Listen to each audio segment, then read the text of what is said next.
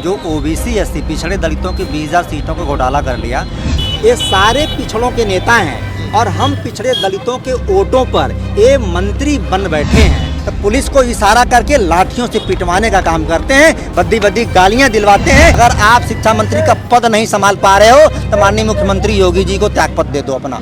और ये हमारे अभी इलाहाबाद में 1 महीना पहले हमारे 6800 के लोगों को इलाहाबाद में बीजेपी कार्यालय में धोखे से बुला करके पिटवाने का काम किया था। मतलब इनका ये कहना है कि हमें मुख्यमंत्री बना दो, तब तुम 6800 लोगों की मैं नियुक्ति दे पाऊंगी। अगर हमारी नियुक्ति लोकसभा चुनाव के पहले इन सब ने नहीं करवाई, इनको हम लोग विधायक भी नहीं बनने देंगे, ग्राम प्रधान बनने लायक भी नहीं छोड़ेंगे। 27% जो हमारा हक है, इसको लूट के हमारा हक लूटे और वहाँ दिए 3 कुछ पॉइंट इन्होंने हमारा आरक्षण दिए और सब खा लिए। दिन में पूरी भीड़ में वो बालें खींचने का काम करती है, ऐसी पुलिस है। हमारा यही है, मुख्यमंत्री जी से हमें नियुक्ति दे दें। हम पिछड़े दलित हैं, हमारे साथ इतना अन्याय ना करें। या तो नियुक्ति लेकर जाएंगे या यहाँ मर के ही जाएंगे। बहुत दुखी हो गए हम लोग।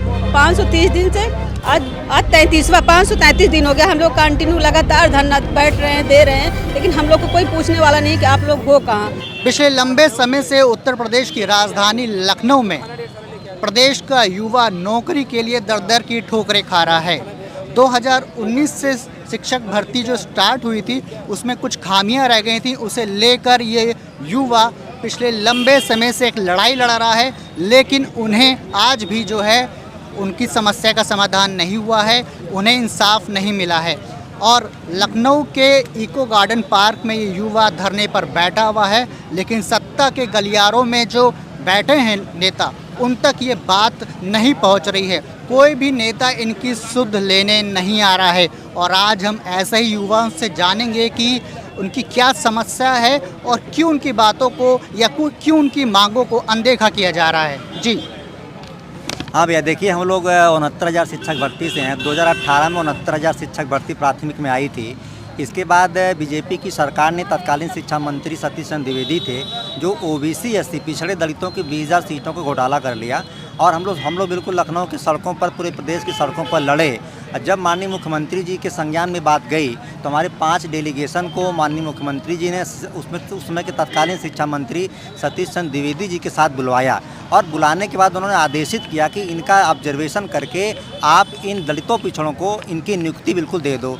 फिर उस समय के शिक्षा मंत्री बाहर आते हैं, बाकायदे प्रेस कॉन्फ्रेंस करते हैं। प्रेस कॉन्फ्रेंस कर करके विभाग को, अपनी शिक्षा बेसिक विभाग को आदेशित करते हैं और 20,000 के बदले की जगह पर 6800 पिछड़े दलितों की लिस्ट जारी करते हैं बाकायदे। और 1 हफ्ते की काउंसलिंग शेड्यूल भी जारी कर देते हैं। हम पिछड़े दलित लोग बिल्कुल लोग खुश होते हैं और अपनी काउंसलिंग कराने की प्लान कर लेते हैं। काउंसलिंग के लिए डीडी वगैरह सब कुछ डॉक्यूमेंट तैयार करने के लिए रेडी हो जाते हैं।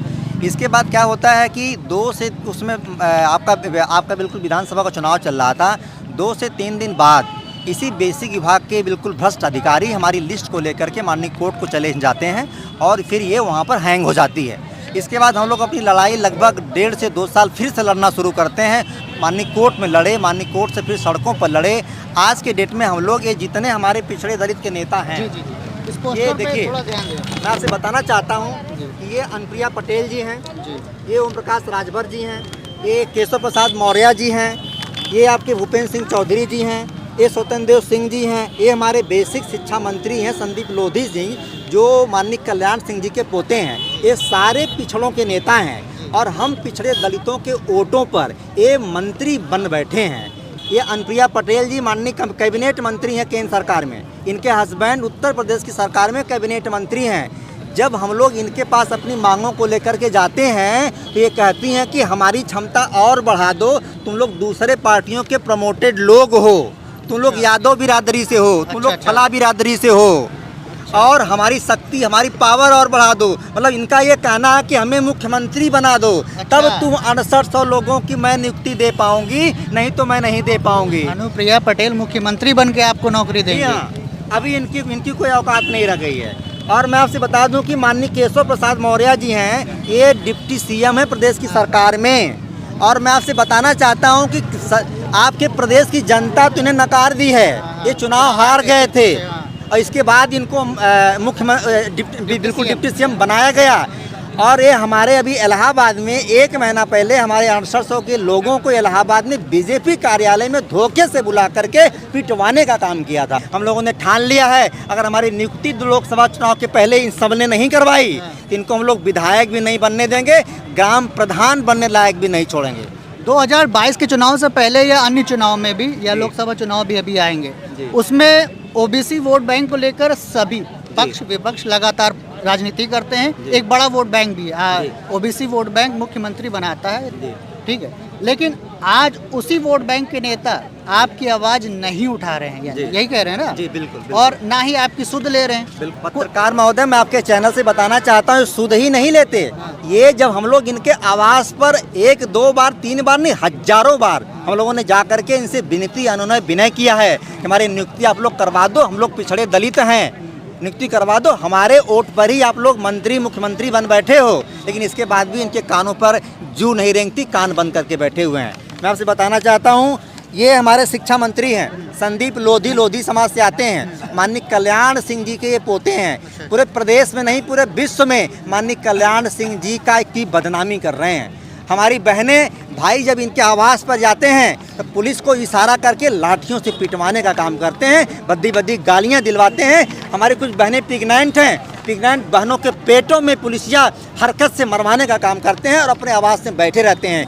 मैं तो अपने पूरे जीवन में, हमारी 32-33 साल एज हो गई, मैं अपने पूरे जीवन में ऐसा शिक्षा मंत्री नहीं देखा कि पिछड़ा समाज से शिक्षा मंत्री है। माननीय कल्याण सिंह जी का ये बंदा पोता है। और माननीय कल्याण सिंह जी कहा करते थे अगर पिछड़े दलितों का कोई आरक्षण छीने तो उसको थप्पड़ मार के छीन लेना। ऐसे शख्सियत के पोते हैं, बिल्कुल माननीय कल्याण सिंह जी को बदनाम कर रहे हैं। और मैं कहना चाहता हूं शिक्षा मंत्री, अगर आप शिक्षा मंत्री का पद नहीं संभाल पा रहे हो तो माननीय मुख्यमंत्री योगी जी को त्यागपत्र दे दो अपना। जी, और भी महिलाओं से भी अगर बात करी जाए इस मुद्दे पे, आज जो आप लोगों ने प्रदर्शन किया है, ठीक है, तो आपने जो आज प्रदर्शन किया है उसमें काफ़ी आप लोगों के साथ धक्का मुक्की भी हुई। आज तो प्रदर्शन के टाइम उन लोगों ने क्या किया, 4 लोग पकड़ी थी और 4 लोग नाखून से नगोच रही थी। और ये देखिए यहाँ चोट लगी है, बहुत जगह पूरे चोट लगी है, खून निकल रहा था। इवेंट हम लोग डॉक्टर को दिखा के भी आए। और तो और पुलिस वालों ने बाली तक खींच ली है। बाली खींच ली मतलब मिली नहीं आपको? नहीं मिली, एक पहने हूँ, एक बाली गायब। इतने चोर हो गए हैं। कहते हैं कि हमारे देश की बेटियां रात के 12 बजे भी, हमारे उत्तर प्रदेश इतना भ्रष्टाचार मुक्त हो गया है कि रात के 12 बजे भी महिलाएं पूरे जेवर गहने लाद के निकल सकती हैं। दिन में पूरी भीड़ में वो बालें खींचने का काम करती हैं, ऐसी पुलिस है। इतना धक्का मुक्की, उसके बावजूद भी मुझे 9 लोगों ने, 4 लोगों ने पकड़ रखा था, 5 लोग नोच रहे थे। इंसान है या नोचने वाली चीज है? हमें तो ये महिला पुलिस थी कि नहीं? महिला पुलिस थी, इवेंटल जेंट्स पुलिस भी थी, जेंट्स पुलिस भी थी। जैन पुलिस ने मतलब आपके साथ बदतमीजी करी। दूसरों पे आरोप लगाते हैं गुंडाराज, खुद के विधानसभा के बाहर गुंडाराज होता रहता है पर उन्हें नजर नहीं आता है। हम लोग के साथ बहुत बड़ी प्रॉब्लम है, बहुत बड़ी दिक्कत है, लेकिन इसको कोई समझने वाला नहीं है। हम लोग अपने छोटे छोटे बच्चों को, यहाँ तक कि पढ़ाई के लिए भी स्कूल आज छुट्टी करके अपने बच्चों को, तब हम लोग आए हैं कि आप कहाँ से आई? हम अमेठी से आए हैं। अमेठी से जी। और यहाँ पे हम लोग इतना मैनेज कर रहे हैं कि दिन भर यहाँ धरना देते हैं, फिर शाम को फिर खाने के लिए भी कभी खिचड़ी खा लिए, कभी सूखी रोटी मिल गई, जो कुछ मिल रहा है हम लोग कि अपनी नसीब सोच के योगी बाबा से जिस दिन मुलाकात हो जाए तब तक हम लोग ये रखे हैं धैर्य कि एक न एक दिन मुलाकात हो कि हम लोग को योगी बाबा नियुक्ति पर जरूर देंगे। अगर योगी बाबा कह देंगे तुम लोग हमारे देश की, हमारे प्रदेश की बेटियां नहीं हो, तो हम लोग ना यहीं उसी दिन हम लोग यहीं सुसाइड कर लेंगे, चुपचाप मर जाएंगे और ज़िंदगी से अपना बिल्कुल त्याग कर देंगे। हम लोग बहुत दुखी हो गए हैं। हम लोग 530 दिन से आज 533 दिन हो गया, हम लोग कंटिन्यू लगातार धरना बैठ रहे हैं, दे रहे हैं, लेकिन हम लोग को कोई पूछने वाला नहीं कि आप लोग हो कहाँ। हम लोग जेल में बंद हो जाते हैं अंदर इको गार्डन के, उसके बाद फिर वहाँ कोई जाने वाला नहीं। लेकिन हम लोग ने ये प्रण लिया है कि अब हम लोग बाहर ही बैठेंगे, योगी बाबा से मुलाकात होगी और हम लोग को नियुक्ति पत्र देंगे, तभी हम लोग यहाँ जाएंगे, वरना अब हम लोग यहाँ नियुक्ति पत्र लेके जिंदा जाएंगे और नहीं देंगे फिर मर के ही जाएंगे। सर, हम लोग आज अपनी मांग को लेकर विधानसभा का घेराव किए थे, तो वहाँ पे पुलिस प्रशासन के द्वारा हमारी उंगली पर क्या कहते हैं, जूते से कुचल करके पैर दबाया गया है और सारी लड़कियों को मारे हैं, मतलब हाथ भी फ्रैक्चर हो गया है, सर भी फूटा है। कितने भाई लोग को इतना मारे हैं, उनके पीठ पे पैर पे बहुत जगह लगा है। हम कहते हैं माननीय मुख्यमंत्री जी से कि हम लोग की क्या गलती है, हम लोग पिछड़े हैं, दलित है, इसलिए हम लोग की लिस्ट निकाली गई है। ऐसा तो है नहीं कि उनसे हम गलत मांग कर रहे हैं। हमारी जगह कोई और नौकरी कर रहा है और हम लोग यहाँ दर दर भटक रहे हैं, रोड पे बैठ के धरना दे रहे हैं। और जब तक नियुक्ति नहीं लेंगे तब तक यहाँ से जाएंगे नहीं, या तो नियुक्ति लेकर जाएंगे या यहाँ मर के ही जाएंगे। आपको यहाँ पे महिलाएं, घर वालों को चिंता रहती होगी, सुबह शाम शायद उससे भी ज़्यादा कॉल्स आती होंगी, क्योंकि और यहाँ पे रहना भी बड़ा मुश्किल है। जिस हिसाब से आप खुले आसमान के नीचे हैं, न खाना, न पानी, न बाथरूम। दिन रात हम लोग यहीं रहते हैं। यहाँ पे मुझे कई दिन हो गए यहाँ पे आए हुए। वैसे हमारा आज 531वां दिन था धरने का, और समस्या इतनी है, घर से कई बार कॉलें आती हैं कि कहाँ हो, आ जाओ, पर हम क्या करें, अब करो या मरो वाली स्थिति हो गई है। जाना है तो नियुक्ति लेके जाना है, वरना यहीं पे बैठे रहेंगे हम तो। नियुक्ति के अलावा कोई चारा है नहीं, कोई रास्ता बचा नहीं है पीछे हटने का।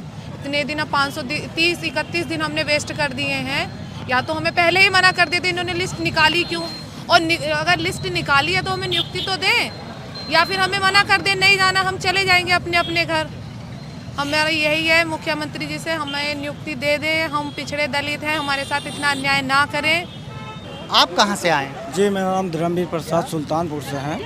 आपको आपके माध्यम से बताना चाहेंगे कि जो 69,000 भर्ती हुई है 2019 में हुई थी, इसमें जो है बड़े पैमाने में आरक्षण घोटाला हुआ था, जो कि हम सब आरक्षण घोटाला का केस लड़ रहे थे और 1 साल लड़े, और इनके द्वारा जो पिछड़ा आयोग संस्था बनाया गया है उसकी रिपोर्ट आई, तब इन्होंने जाके माना है कि हमारे साथ आरक्षण घोटाला हुआ है।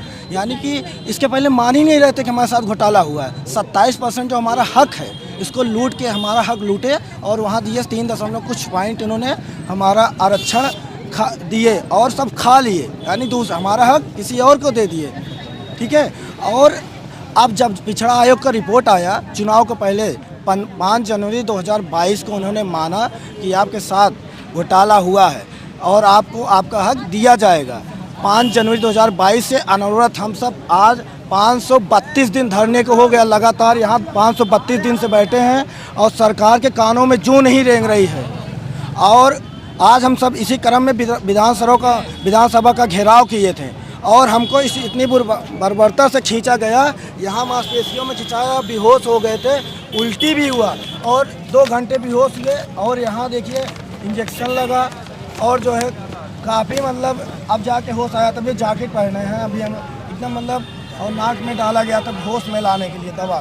तो हमारा हक छीना गया। कहते नहीं हमारे घर में डाका डाले और चोर पकड़ा गया, और हमारा सामान हमारे पता है कोई लिया है, और हमको हमारा सामान नहीं दिया जा रहा है, मेरे हक नहीं दिया जा रहा है। इतना तानाशाह सरकार है ये, यानी इनके सरकार में पिछड़े की आवाज़ नहीं सुने जा रहे हैं।